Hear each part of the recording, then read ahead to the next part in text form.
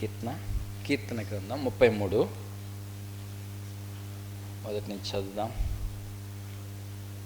నీతిమంతులారా, యెహోవాను బట్టి ఆనందగానం చేయడి, స్తుతి చేయుట యథార్థవంతులకు శోభస్కరం.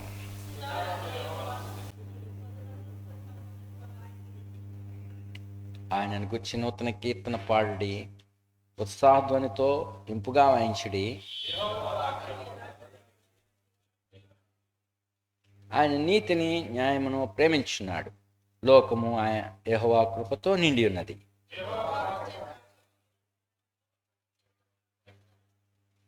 సముద్ర జలములను రాశిగా కూర్చువాడు ఆయనే, అగాధ జలములను పొట్లలో కూర్చువాడును ఆయనే.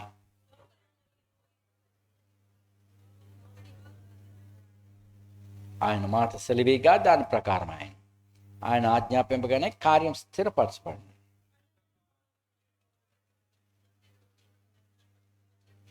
యెహోవా ఆలోచన సదాకాలం నిల్చును, ఆయన సంకల్పములు తరతరములకు ఉండును.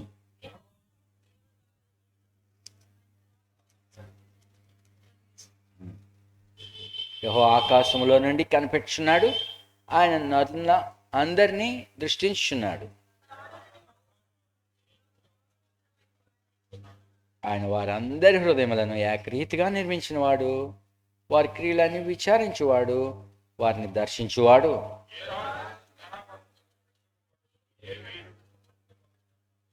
రక్షించుటకు గుర్రము అక్కరకు రాదు, అది దాని విశేష బలం చేత మనుషులను తప్పింపజాలదు.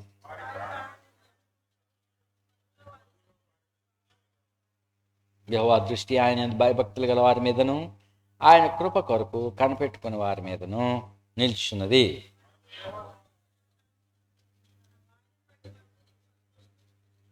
మన ప్రాణం యెహోవా కొరకు కనిపెట్టుకునిచున్నది.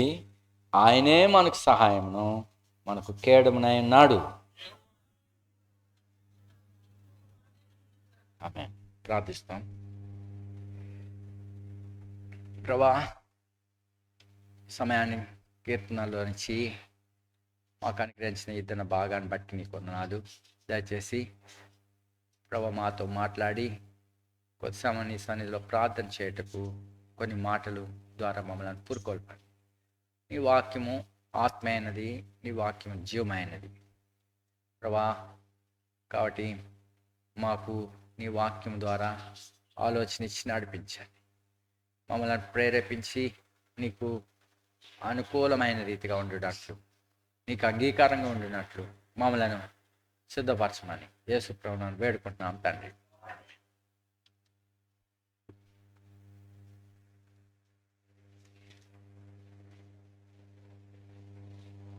ప్రభుని బట్టి ఆనందించండి. దేవుని స్తుతించుట చాలా మంచి విషయం, శోభస్కరం. అది ఒక విధమైన అలంకారమైనది దేవుని స్తుతించుట అనేది. ఎందుకు మనం ఆయన గురించి ఆనందించవలను? ఎందుకు ఆయన స్తుతించుట అది సౌందర్యవంతంగా ఉంటుంది అంటే, ప్రభు చూడు 4వ వచనంలో, యెహోవా వాక్యము యథార్థమైనది, దేవుని వాక్యము యథార్థమైనది. నేను మీతో చెప్పిన మాటలు ఆత్మయు జీవమునైనవి, లేక సత్యమును యథార్థములైనవి.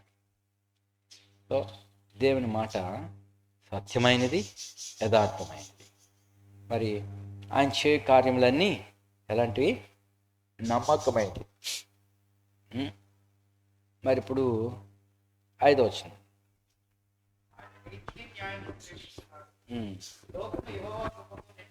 లోకము దేవుని కృపతో నిండి ఉన్నది.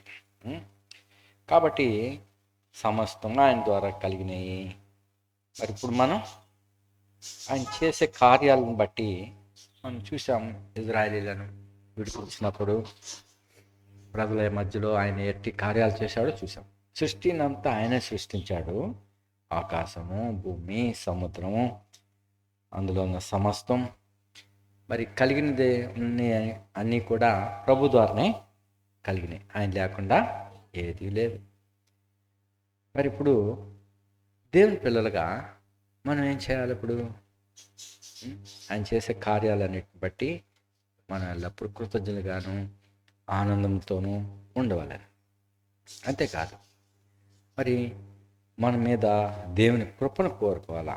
చూడు ఎటువంటి కృప ఉన్నది. ఆయన 8వ వచనంలో లోకులందరూ యెహోవా యందు భయభక్తులు నిలుపుకోవాలి. చూడండి, ఎన్ని సంగతులు జరుగుతున్నప్పుడు మనం ప్రభువు మీద భయభక్తులు,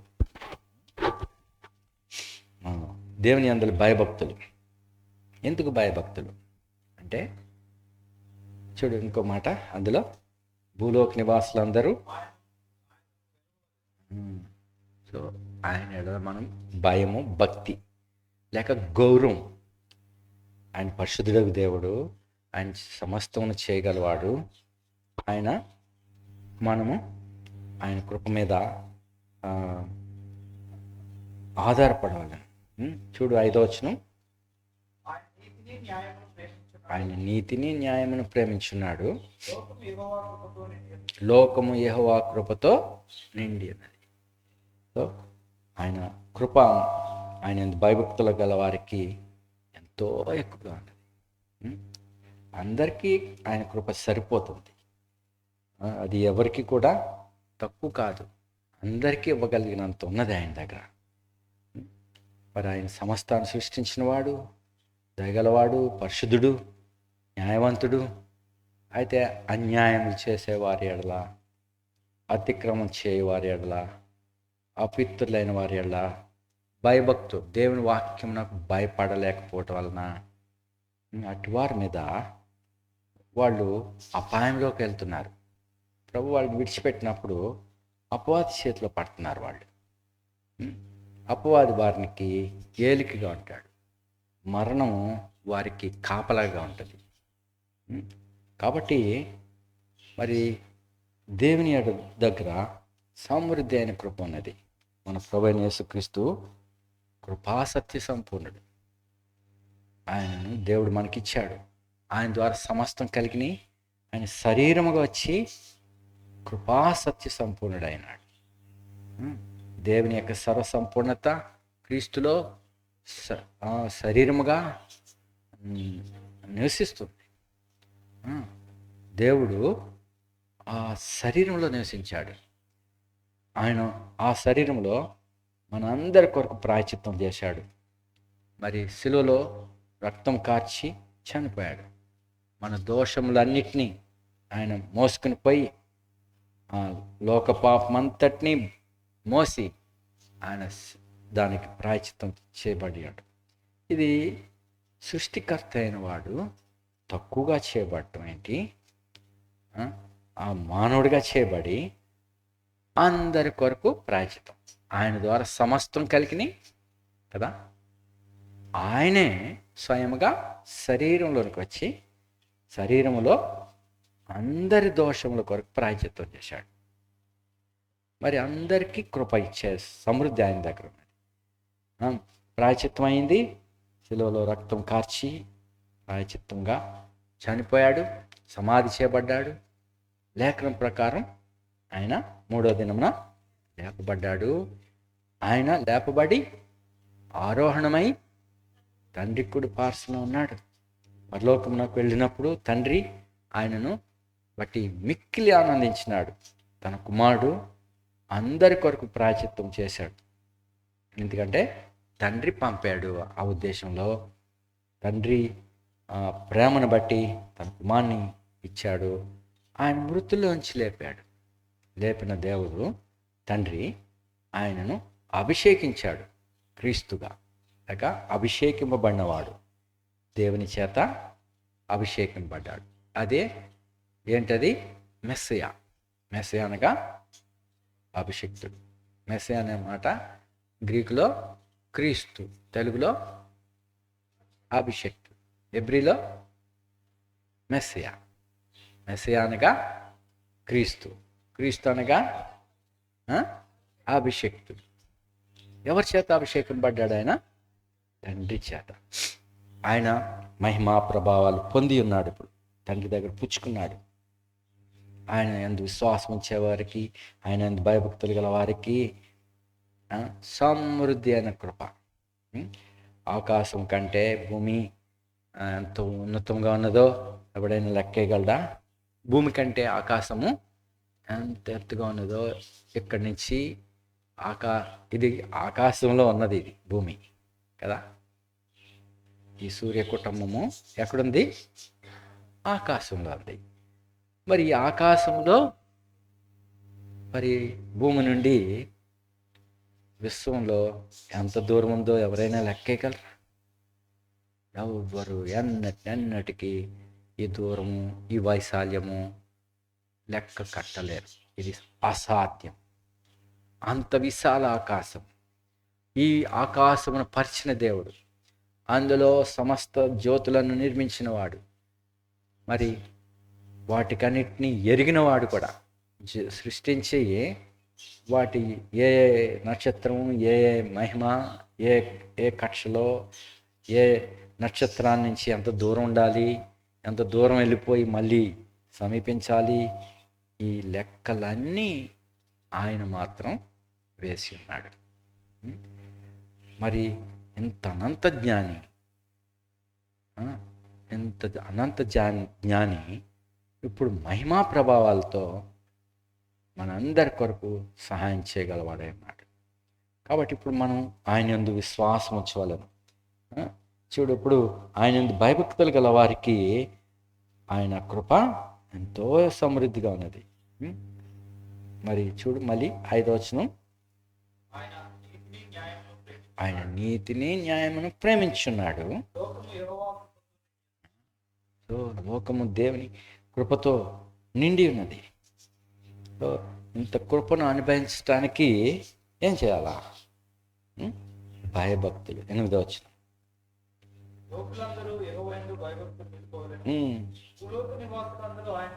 సో ప్రభుని తండ్రికి కనపరిచాడు, మన సహోదరుడిగా చేశాడు, ఆయన్ని మనల్ని దేవునికి కుమారులుగా తీసుకొచ్చాడు. కాబట్టి మనము ఆయనను బట్టి ఆనందించాల. ఆయనను బట్టి మనం దేవునికి కృతజ్ఞులమై ఉండాలి. ఇప్పుడు మనకు ఆయన దేవుడై ఉన్నాడు. చూడు 12వ వచనం, యెహోవా తమకు దేవుడు కాగల జనులు ధన్యులు. దేవుడు యెహోవా తమకు దేవుడు కాగలిగిన జనులు ధన్యులు. మరి ఎందుకు ధన్యత? మనం ఆయన నామమున ప్రార్థించినప్పుడు సమీపిస్తున్నాం భయభక్తులతో. ఆయన హెచ్చించబడ్డాడు కాబట్టి గౌరవంగా ప్రవర్తిస్తాం. మనం భయభక్తులతో మనం ఆయన సన్నిధిలో ఉంటాం. మరి చూడు, ఇక్కడ అందరినీ ఆయన నిర్మించాడు, అందరినీ కనిపెడుతున్నాడు ఆయన. చూడు 13వ వచనం,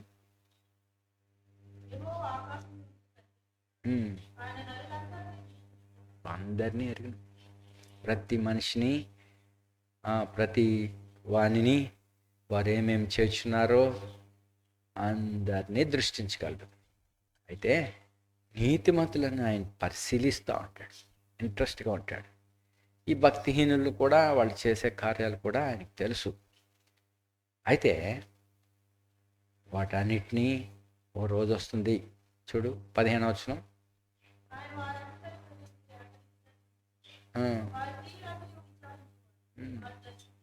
సో భూలోక నివాసులందరినీ ఆయన చూచున్నాడు. అయితే ఓ రోజు వారికి పడిన టైంని బట్టి, వారికి పడిన విషయాల గురించి విచారిస్తాడు. లెక్క అడగబడుతుంది. ఎందుకంటే దేవుడు మనలను తన కృప ఇచ్చాడు కాబట్టి మనం ఆయన యందు ఆ కృపను బట్టి మనం ఎల్లప్పుడూ దేవుని కృతజ్ఞులమై ఉండాలి. తర్వాత మనం దేని మీద ఆధారపడవాలి? ఇంకను 16వ వచనం, ఏ రాజు కూడా తనకు కలిగిన సైన్యాన్ని బట్టి రక్షణ పొందలేడు. ఏ వీరుడు కూడా అధిక బలం చేత, గత ఫస్ట్ వేవ్ అనుకుంటా, ఎవరో బాడీ బిల్డరే, తర్వాత బలమైన వెయిట్ లిఫ్టరు, పేరుగాంచిన వాడు, ఏ పేరు నాకు గుర్తులేదు కానీ ఆ రోజులో చెప్పుకున్నారు, న్యూస్ పేపర్లో కూడా వేశారు. ఆయన వెయిట్ లిఫ్టర్ లేకపోతే రెజ్లింగ్ చేసేవాడు గుర్తులేదు నాకు. చాలా బలాఢ్యుడట, కండలు తీరినవాడు. కనపడని క్రిమిల ద్వారా, అనగా కరోనా ద్వారా. కరోనా కనపడుద్దా? ఎవరిలో ఉందో కనపడదు, ఏ విధిలో ఉందో కనపడదు, కానీ అది చేసే కార్యాలు మనుషుల్ని చంపేంత బలం ఉన్నది దానికి. కనపడినంత సూక్ష్మ క్రిమి అది లోపల ప్రవేశించి కండలు తీరిన వాడిని, ఎంతోమందిని జయించిన వాడిని ఏం చేశాడు? చచ్చిపోయాడు. మరి అధిక బలం కలిగి ఉంటే కూడా ఏమీ కాదు. లేదు, బలహీనతను బట్టి మనం చచ్చిపోయామని కాదు. మనం బలహీనమైనా పర్వాలేదు, బలం కలిగినా పర్వాలేదు, కానీ రక్షణ మరి వారికి కలిగిన సోర్సెస్ని బట్టి కాదు. చూడు, రాజుగారికి సైన్యం ఉండొచ్చు, ఆ సైన్యాన్ని బట్టి అతనికి రక్షణ లేదు. ఏ నరుడు అధిక బలం చేత తప్పించుకోలేడు. తర్వాత మనకేమైనా ఉన్నాయంటే సోర్సెస్. చూడు 17వ వచనం, రక్షించటకు గుర్రం పనికిరాదు, దానికి ఉన్న పరుగు, దానికి కలిగిన బలము, గుర్రము బలమంతా గుర్రాల బలంతోనే కొలుస్తారు. వెలుగుని క్యాండిల్స్తో కొలుస్తారు. మరి బలము హార్స్తో కొలుస్తారు. సో ఎంత పవర్ ఉంటే అంత గొప్ప. కొంతమంది యవనస్తులు వారికి కలిగిన మోటార్ బైక్లు బట్టి అతిశయిస్తారు. ఆ మోటార్ బైక్ పవర్ని బట్టి. మరి ఏ పవర్ ఉండాలా? చిన్న వాళ్ళు, తర్వాత కుర్రవాళ్ళు బుల్లెట్ మోటార్ బైక్. ఆ బుల్లెట్లో కూడా దాంట్లో సీసీలు ఉంటాయి, హార్స్ పవర్లు ఉంటాయి. వాటిని బట్టి అతిశయిస్తారు. ఎవరెవరో గొప్ప గొప్ప మంత్రులు, సినిమా యాక్టర్లు, వారి పిల్లలు, యవనస్తులు వాళ్ళు పేచి పెడతారు, నాకు ఆ బండి కావాలి, ఈ బండి కావాలి. ఆ బళ్ళు ఇస్తారు వాళ్ళు పిల్లలకి.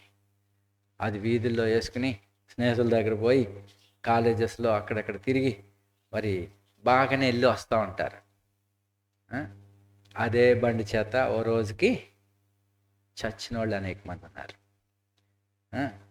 సో వాళ్ళు బలం కలిగిన మోటార్ బైకులు, గొప్ప రథాలు ఇవి కాదు వాళ్ళని కాపాడేవి, వాళ్ళు హెచ్చు చేసేవి. ఆ బళ్ళ వల్లనే వాళ్ళు అవమానకరమైన చావులు చచ్చారు. అయితే మరి ఇలాగన గుర్రముల బలము, మరి తర్వాత ఖండ బలాలు ఇవి కాదు మనల్ని తప్పించేవి, కాపాడేవి. అయితే చూడు, ఎవరిని ఎలా కాపాడితే మనల్ని? 19వ వచనం,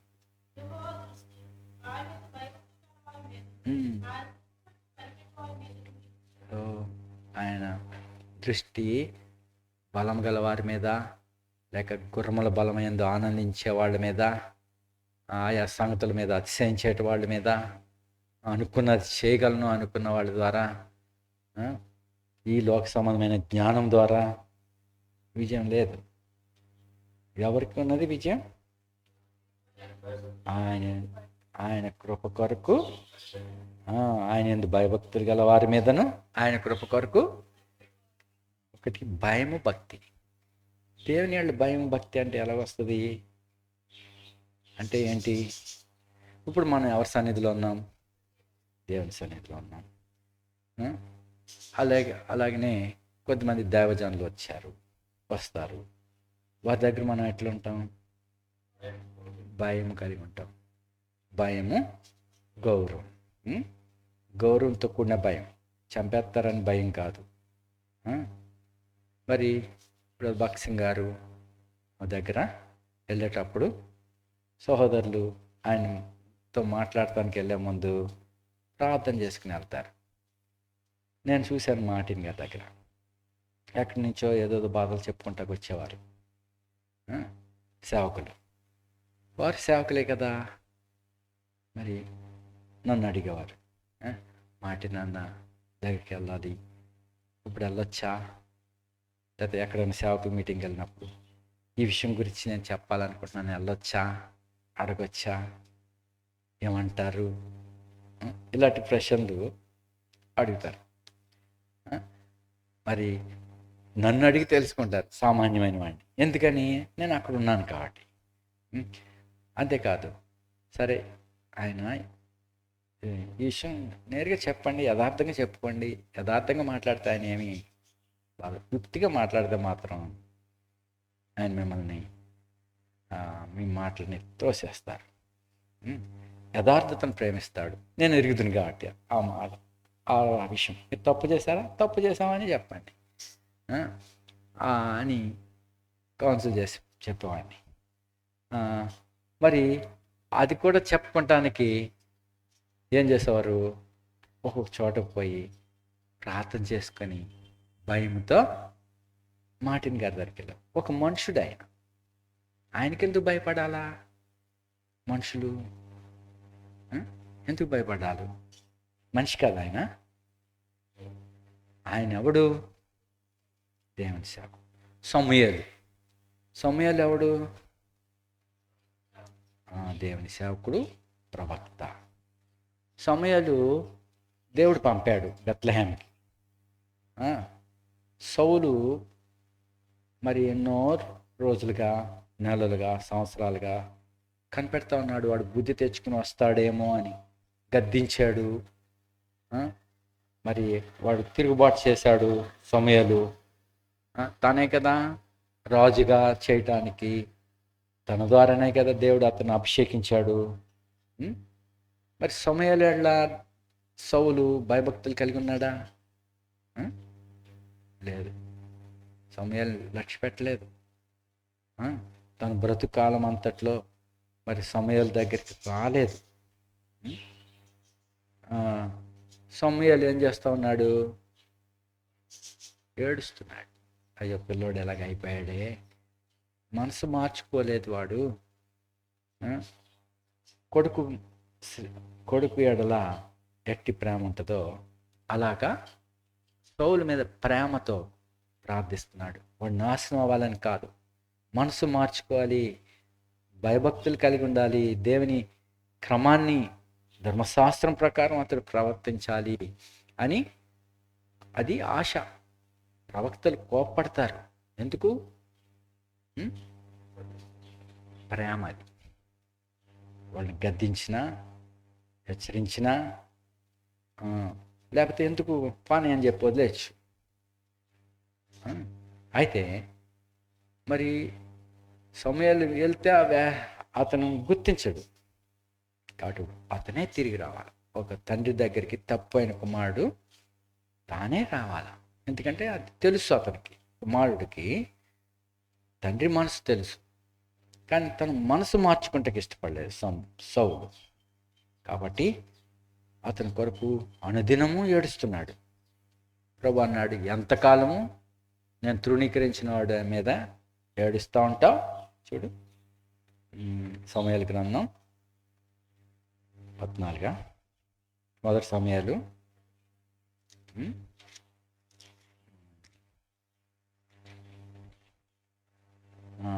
15 అధ్యాయం 34 నుండి.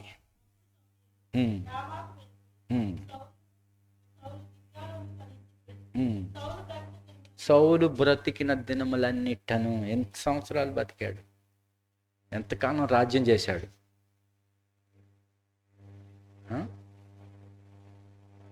అంతా 40 years. ఒక రాజు ఏలిబడి కాలము, మరి దేవుడిచ్చే టైమ్స్ 40 సంవత్సరాలు. మరి 30 ఏండ్ల వాడై ఏలుతూ మొదలెట్టాడు. 40 లాంగ్ ఇయర్స్ ఇచ్చాడు. 1-2 సంవత్సరాలు బాగానే ప్రవర్తించాడు, కానీ తర్వాత భయభక్తులు పోయినాయి. దేవుని ఎడల భయభక్తులు లేవు. మొదట్లో ఏమన్నాడు? నా గోత్రము ఇశ్రాయేల్లో అల్పమైంది కాదా, నేను ఎంతటి వాడిని. అలా తగ్గించుకున్న వ్యక్తి ఇప్పుడు గర్వించిన వాడయ్యాడు. అయితే మరి ఇప్పుడు సౌలు బ్రతికిన దినములన్నిటిని సమయాలు అతన్ని దర్శింపవెళ్ళలేదు, కానీ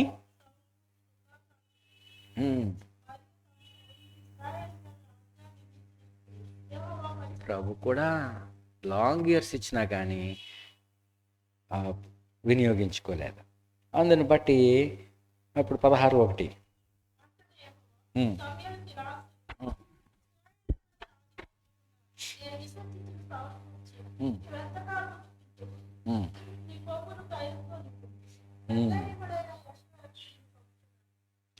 సో ఎంతకాలం నువ్వు దుఃఖిస్తావు నేను విసర్జించిన సౌలు గురించి అంటే, దుఃఖిస్తున్నాడు అంటే అంటే అర్థం ఇక్కడ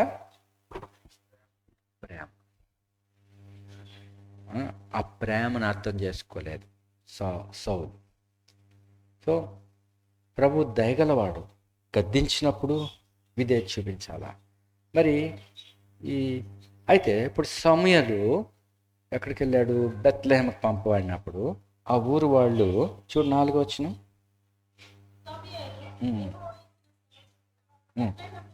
బెత్లెహేమునకు వెళ్ళాను.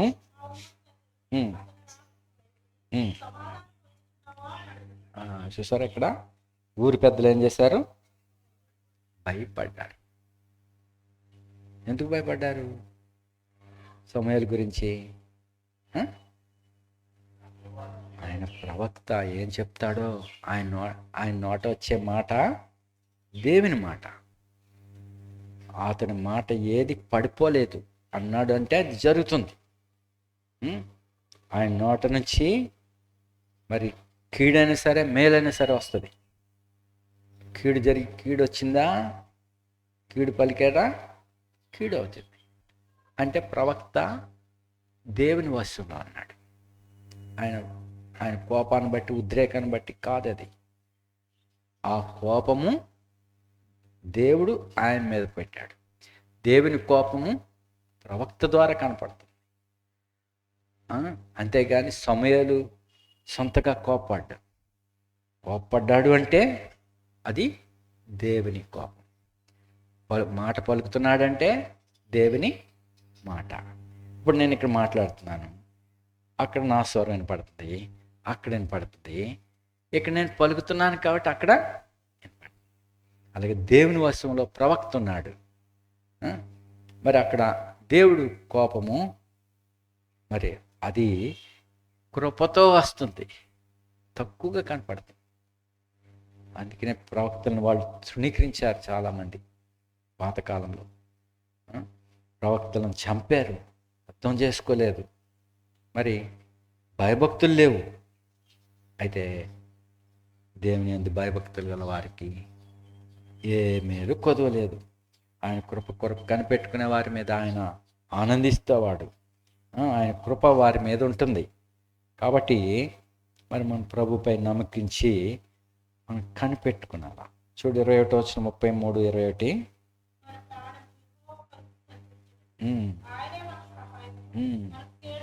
సో మన ప్రాణం యెహోవా కొరకు, మన ప్రాణం ఎక్కడుంది, ఎక్కడ కనిపెట్టుకోవాలి? ప్రభు కొరకు కనిపెట్టుకోవాలా. ఆయన మనల్ని కరుణించేంత వరకు ప్రాణం ఆయన మీద పెట్టుకోవాలా, మనస్సు ఆయన మీద పెట్టుకునాలా. మీ జీవము క్రీస్తులో దేవుని యందు దాచిపడినది. మన ప్రభు వస్తాడు కాబట్టి ఆయనే మనకు సహాయం.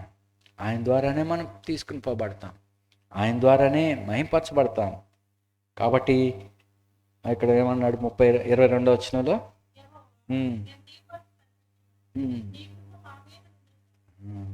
ప్రభా నీ కొరకే కనిపెట్టుకుంటాను. కాబట్టి మన హృదయాలు ప్రభుపై ఉండినట్లు, మన ప్రాణం ఆయన మీద ఆశ పెట్టుకున్నట్లు, మన ప్రాణం అంతా ఆయన మీద ఉండినట్లుగా. బెన్యామీను మరి యోసేపు చెప్పాడు కదా, యోసేపు కాదు జాప్నాత్నేహు ఒక అధికారిగా, మీరు వేగుల వారు అన్నాడు.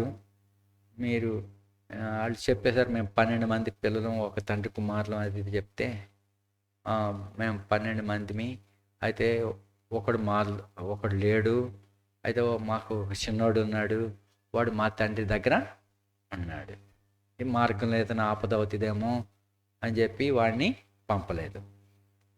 ఆ జాత్పానేహు ఏమన్నాడు, ఆ చిన్నవాడిని కూడా తీసుకురాకపోతే నా ముఖం చూడొద్దు, తీసుకొస్తేనే నేను నమ్ముతాను మీరు నా మామూలుగా మనుషులే, లేకపోతే మీరు వేగులు వారే, దేశాన్ని వేగు చూసి ఎత్తిపోదామని వస్తున్నారు మీరు, ఇలా కఠినంగా మాట్లాడినట్టున్నాడు. కానీ లోపలే ఉంది, ప్రేమ ఉంది. ఎందుకని అంత కఠినంగా మాట్లాడాల్సి వచ్చింది? వాళ్ళు మూర్ఖులు, కొట్టుకుంటారు, దారిలో కొట్టుకుంటారు, వాళ్ళకి ఒకళ్ళనొకళ్ళు అర్థం చేసుకోరు, మూర్ఖ స్వభావం అన్నది వాళ్ళకి. అదంతా ఎరుగును యోసేపుకి. ఆయన ఎలా ట్రీట్ చేశారో తెలుసు. ఒకడి ఏడలో ఒకళ్ళు హాని చేసుకుంటారు. అక్కడికి రూబేన్ అన్నాడు, ఒరే ఆ రోజు చిన్నవాడు ఆ బాధలు పెట్టినప్పుడు మనం కరుణించలేదురా, ఆ దోషం అంతా మన మీద పడిందేమో అని హెబ్రీ భాషలో అన్నలతో తమ్ముళ్ళతో అన్నాడు. బహుశా షిమ్యోనికి కోపం వచ్చేసి ఉండొచ్చు. రై మళ్ళీ ఇలా అంటున్నావా, దారిలో నరికెత్తాను నిన్ను అని బహుశా అని ఉండొచ్చు. ఇంకా వీళ్ళకి పోహలేదు, అయ్యో ఈ దారిలో నిజంగానే నరికెత్తాడు షిమ్యోన్ రూబేన్ని అని చెప్పి తర్వాత మనసులో అనుకుని ఆ రోజు చెరసాల్లో పెట్టినట్టుగా ఉండి, నెక్స్ట్ డే నేను కూడా దేవుడికి భయపడేవాడిని, మీ వాళ్ళకి ఆహారం లేదేమో, ఒకడిని ఇక్కడ వదిలేసి మీరు అందరూ వెళ్ళండి అని చెప్పి షిమ్యోన్ని వాళ్ళందరూ ఎదుట బంధించి అక్కడి నుంచి చేశాడు. షిమ్యోన్ వదిలితే ఏం చేస్తాడు, దారిలో నరికేస్తాడు. ఎవరిని? రూబేన్ని. ఇటు చెప్పేస్తాడేమో అని. సో ఇలాంటి గొడవలు వాళ్ళ మధ్యలో ఉన్నాయి, మూర్ఖులుగా ఉన్నారు. మరి ఇక్కడ షిమ్యోను బంధించట్ల ఉద్దేశము, అన్నల్ని పంపించట్ల ఉద్దేశము, అక్కడ ప్రేమ. ఆ యొక్క చెడుతనం అంతా పిండి వేస్తున్నాడు. ఒక శరీరంలో చీమ పట్టినప్పుడు ఆ గడ్డని చీమంతటిని పిండినట్టుగా వారి దోషమంతా పిండేస్తున్నాడు. ప్రేమ అది. బాబాయ్ బాబాయ్ అని ఏడుస్తున్నా కానీ అదేం చేసేవారు గడ్డలు. ఇప్పట్లో మెడిసిన్ అప్పుడు ఉండే కాదు. పూర్వం గడ్డలు వచ్చేవి, అప్పుడు దాన్ని ఏం చేసేవారు, అది పండాక నొక్కి పిండేవారు, పిండబడేవి. మెత్తన చేసి నూనె రాసి దాన్ని మెత్తన చేసి పిండితే ఆ చీమంతా బయటకు వచ్చేది. పిండేటప్పుడు బాబాయ్ బాబాయ్ అని చెప్పి బాధపడవచ్చు. ఆ బాధకి అమ్మని నాన్ని తిట్టొచ్చు వాళ్ళు, అయినా ప్రేమతో పిండుతారు. అలాంటి తండ్రి ప్రేమ వంటి ప్రేమ యోసేపులో ఉంది. సో ఆ విధంగా మరి ప్రేమతో నిండిన దేవుడు.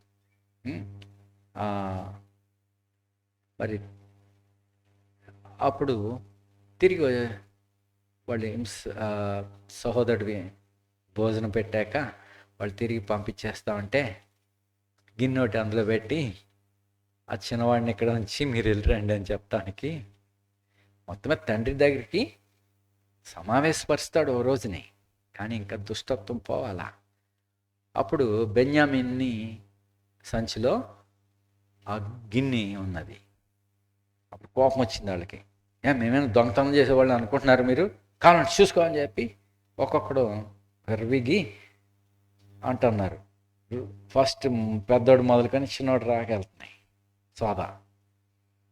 వీళ్ళు అంటారు, ఎవరి దగ్గర దొరికిందో వాడు బతకూడదు, మేము అందరం దోషులం అయిపోతాం, కావాలంటే చూసుకోండి, మేము ఎత్తుకెళ్తాం అని చెప్పి కోపంతో మరి తీవ్రమైన మాట్లాడుతున్నారు. అప్పుడు లేదు అది ఎవరి దగ్గర దొరికితే వాడే మా యజమానికి దోషులు అవుతాడు, మాది మీరు అందరూ వెళ్ళిపోదురు కానిలే అంటుంటే ఈ పెద్దవాడు తీసేయడు. అది ఇప్పాక అందులో లేదు.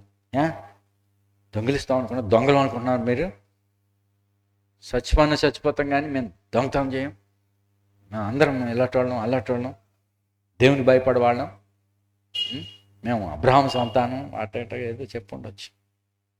రెండోవాడు రూబేను, షిమ్యోనుకి మరీ కోపం. ఆయన కూడా మంచిగా విరవికి చెప్పుండొచ్చు. షిమ్యోను లేవి, ఆయనకి ఇద్దరికి షిమ్యోను లేవి అనువారు వాళ్ళ ఖడ్గం అంట చాలా భయంకరమైంది, నరహంతకులు అంటాడు వాళ్ళ నాన్నగారు యాకోబు.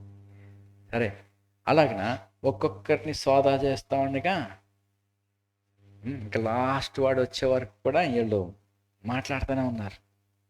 ఆయన కూల్గా తెలుసు కదా ఎక్కడుందో, ఆ పెట్టినోడికి తెలుసు కదా ఎక్కడ ఉంటుంది అది. బెన్యామీన్ సంచిలో ఉంటుంది. బెన్యామీన్ది తీసేసరికి దొరికిపోయింది. మీరు వెళ్ళిపోండి బాబు, ఈ పిల్లోడు మాత్రం మేము మా యజమాని దగ్గరికి దాసుడు అవుతాడు, మీరు వెళ్ళిపోండి. ఏమని చెప్పుకో, వెళ్తే నాన్నగారి పని చచ్చిపోతాడు. ఇప్పుడు ఏం చేయాలా? అందరూ వచ్చి సాగిలి పడ్డారు. అప్పుడు నేను దేవునికి భయపడేవాడిని, మీరు వెళ్ళిపోండి, వీడి దగ్గర దొరికింది కాబట్టి వీడు నాకు దాసుడు అవుతాడు అని ఏమో అన్నాడు. అయితే యోధా మరి ఏలిన వారికి అని చెప్పి సంబోధిస్తూ వరుసగాని చెప్పి, వీడికి ఆపద కలుగుతుందేమో అని మా తండ్రి పంపలేదు, ఇప్పుడు మీరు ఎలాగిస్తేనే వాడు కనపడితేనే కానీ మీరు రావద్దన్నారు, ఇన్ని చేశాము, ఇప్పుడు వీని ప్రాణము మా తండ్రి ప్రాణము ఎవరి ఎందుంది? పిల్లవాని చదువు. ఈ ప్రాణం ఆదికాండంలో చూడండి.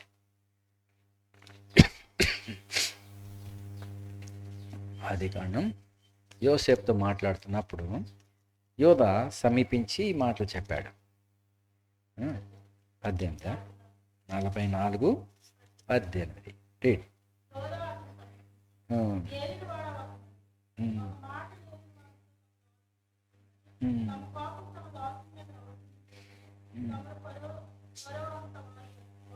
చూడు 30 వచనం.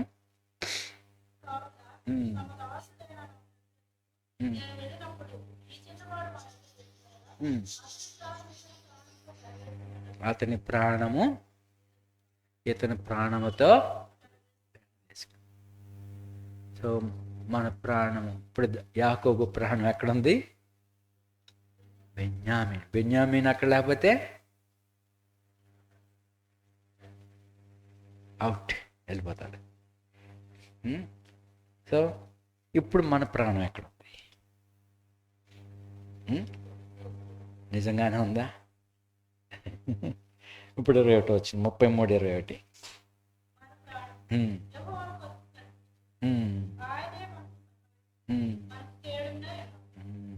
సో అంతగా మన హృదయం అంతగా ఆయన మీద ఉండాలి. ప్రభుని వేడుకుందాం, ప్రభా వ్యర్థమైన వాటి నుండి మా కన్నులు త్రిప్పివేయము, నీ యందు మా హృదయం స్థిరపరచు. మరి నీ యందు మీ యొద్ద నుండే మాకు సహాయం.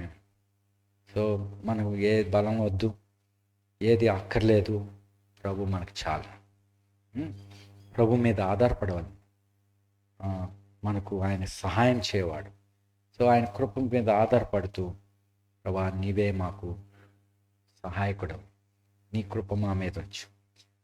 దావీదు ఉదయాన్ని చదివాను, దావీదు తాను ఎక్కడికి వెళ్ళినాను దేవుడు రక్షించాడు. చూడు దినవృత్తాంతముల మొదటి గ్రంథం 18.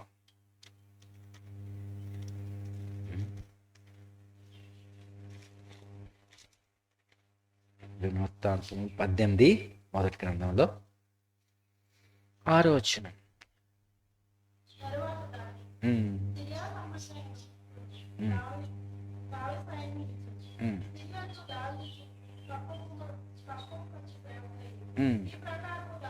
ఈ ప్రకారము దావీదు పోయిన చోటనెల్లా యెహోవా అతనికి ఎవరు సహాయం చేశారు? దావీదుకి యెహోవా. దావీదుకి సైన్యం ఉన్నది, రాజు సైన్యం కలిగి ఉన్నాడు. చూడు 18:1.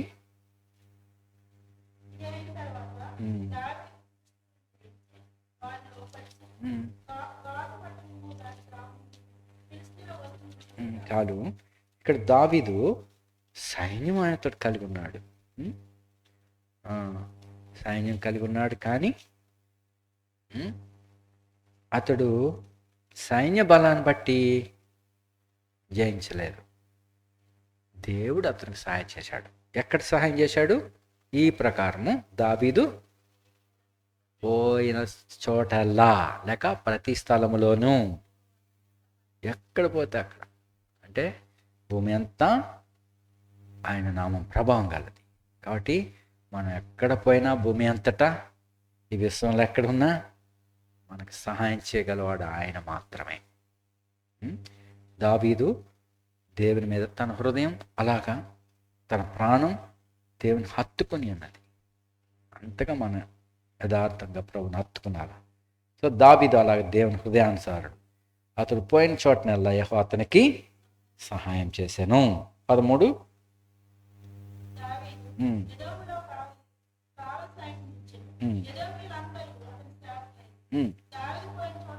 దావీదు పోయిన చోటనల్లా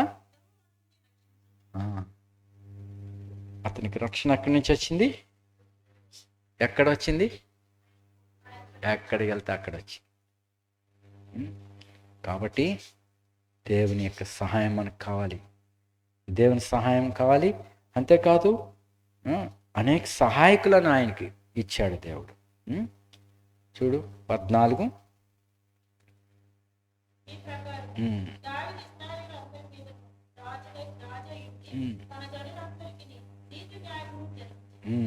చదువు. సహాయకులుగా దేవుడు ఒక్కొక్కరిని ఇచ్చాడు. తర్వాత 16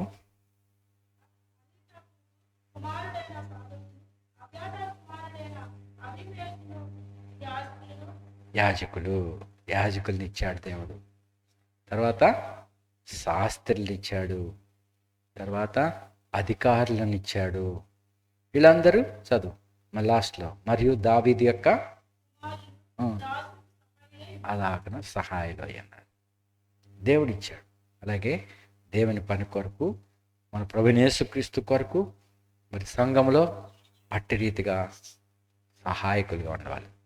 మరి మొదట దేవుడు మనకు సహాయపడాలి, సంఘమునకు సహాయపడాలి. మరి ప్రభుపై నిజముగా మనం ఆధారపడినప్పుడు, నిజముగా ప్రభుని హత్తుకున్నప్పుడు, మన ప్రాణం ఆయన మీద పెన వేసుకున్నప్పుడు, చూడండి కొన్నిసార్లు దావీదు అంటాడు, నా ప్రాణం యెహోవాను పట్టుకుని అన్నది. దేవా నా హృదయం నీ యందు నిబ్బరముగా ఉంది, అంటే హత్తుకుని ఉన్నది. కాబట్టి మనం ప్రభుని అట్టి రీతిగా హత్తుకుని మరి సహాయం కోరుకోవచ్చు. ఆయన చిత్తానుసారంగా ప్రవర్తించినట్లు ప్రార్థిద్దాం. మరి ఈ మనసులో ఉంచుకొని మరి ప్రభు సహాయం కొరకు ప్రార్థన చేయండి. ఈ నూతన సంవత్సరం అంతట్లో ప్రభు భద్రపరిచినట్లు, ఆయన పనిచేయటకు మనల్ని ప్రేరేపించినట్లు, మన సొంత సహాయము, సొంత జ్ఞానం పనికిరాదు. ప్రభు మనకు సహాయపడాలి. ఆయన కృప కొరకు కనిపెట్టుకునే వారి వల్ల ఆయన ఆనందిస్తాడు, ఆయన సహాయం చేస్తాడు, ఆయన మనల్ని నడిపిస్తాడు. కాబట్టి ప్రభు మనల్ని నడిపించినట్లు, తర్వాత సంఘమునకు సహాయం దొరికినట్లు, మరి అనేక స్థలాలకి దేవుని వాక్యం వెళ్ళాలి, మన మధ్య దేవుని వాక్యం కావాలి. కాబట్టి పరిసర ధర్మాలు నెరవేర్చబడినట్లు దయచేసి కొద్ది సమయం సంఘం కొరకే ప్రార్థించండి. ఇప్పుడు రాజమండ్రిలో యూత్ క్యాంప్ జరుగుతుంది. అనేక యవనస్తులు చేరుతారు. మరి అక్కడ కూడా ఏ తెగులు లేకుండా ఆ స్థలం అంతట్లో ప్రవేశించిన వారందరూ మరి ప్రభు యొక్క జీవాన్ని అనుభవించినట్లు, భద్రపరచబడినట్లు, అది ఆశీర్వాదకరంగా ఉన్నట్లు, మరి వాక్యోపదేశకులు ఆత్మతో నింపబడినట్లు, మరి బిడ్డలందరూ రక్షణ పొందినట్లు, స్థిరపడినట్లు ప్రార్థించండి. అలాగే రేపు అడ్డు రోడ్లో యూత్ రిట్రీట్ కలిగి ఉన్నారు. మరి ఆ పరిసర కొరకు కూడా దయచేసి ప్రార్థన చేయండి. మన మధ్య కూడా మరి యూత్ రిట్రీట్, యూత్ మీటింగ్స్ కలిగి ఉండాలని ప్రభు తలంపించున్నాడు. అది ఏ సమయానికి జరగాలనో మరి ఆ విషయం కూడా ప్రార్థన చేయండి. కొద్ది సమయం ప్రార్థన చేయండి. వచ్చే ఆదివారం అమలాపురం పరిసరకి మేము వెళ్ళవలసిన ఆ విషయం కూడా దయచేసి ప్రార్థన చేయండి.